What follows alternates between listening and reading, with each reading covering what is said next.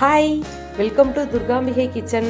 இன்றைக்கி நம்ம விசேஷ நாளப்போ சாமிக்கு படைக்கிறதுக்கு வெங்காயம் இல்லாமல் சமைப்போம்ல, அதில் முள்ளங்கி சாம்பார் எப்படி வெங்காயம் இல்லாமல் சமைக்கிறதுன்னு பார்க்கலாம்.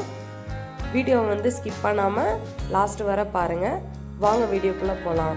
இப்போது துவரம் பருப்பு ஒரு ஆளுக்கு ஒரு கைப்பிடி வீதம் 3 பேருக்கு 3 கைப்பிடி எடுத்து நல்லா களைஞ்சி ஒரு 1/2 hour ஊற வச்சுட்டு குக்கரில் 3 விசில் ப்ரெஷர் குக் பண்ணி ஓரமாக வச்சுக்கலாம்.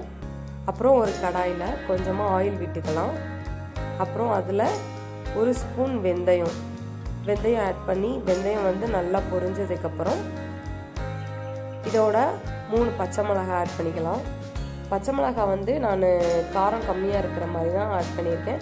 வேணும்னா நீங்கள் எக்ஸ்ட்ரா 2 ஆட் பண்ணிக்கலாம்.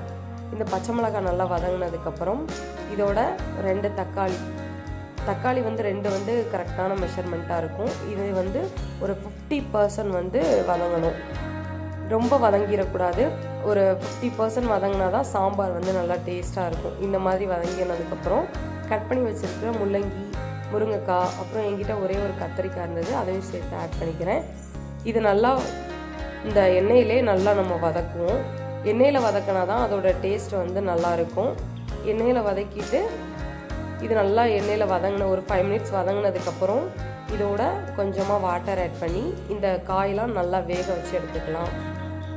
அப்புறம் மூடி போட்டு நல்லா ஒரு 90% காய் நல்லா வெந்துடணும். வெந்ததுக்கப்புறம் இதில் மசாலா ஆட் பண்ணிக்கலாம். மசாலா ஒரு 1.25 டீஸ்பூன் ஆட் பண்ணிக்கலாம். இது வீட்டிலே ரெடி பண்ண மசாலா தான். நீங்கள் வேணும் அப்படின்னா காரம் அதிகமாக வேணும்னா கூட கொஞ்சம் ஆட் பண்ணிக்கலாம். இது நல்லா மசாலாவை நல்லா பெரட்டி விட்டதுக்கப்புறம் இந்த சாம்பாருக்கு தேவையான அளவு சால்ட் ஆட் பண்ணிக்கலாம். சால்ட் ஆட் பண்ணி நல்லா நம்ம பெரட்டி விட்டதுக்கப்புறம் இந்த மசாலாலாம் நல்லா குக் ஆகிறதுக்கு கொஞ்சமாக வாட்டர் ஆட் பண்ணி நல்லா கொதிக்க வச்சுக்கலாம்.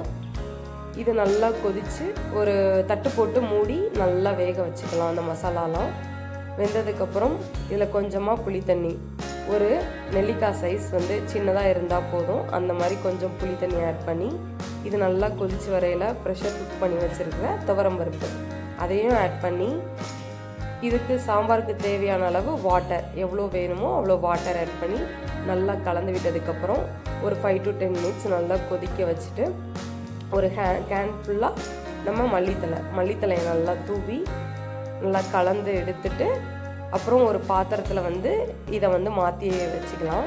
அப்புறம் இதுக்கு ஒரு தாளிப்பு கொடுத்துக்கலாம். தாளிப்பு கொடுக்கறதுக்கு ஒரு கடாயில் பாத்திரத்தை வச்சு அதில் கொஞ்சமாக நல்லெண்ணெய் விட்டு அதில் 1 ஸ்பூன் கடுகு நல்லா பொரிஞ்சதுக்கப்புறம் கொஞ்சமாக கருவேப்பிலை, ஒரு வத்தல், இது நல்லா பொரிஞ்சதுக்கப்புறம் எடுத்து அதில் கலந்துக்கலாம்.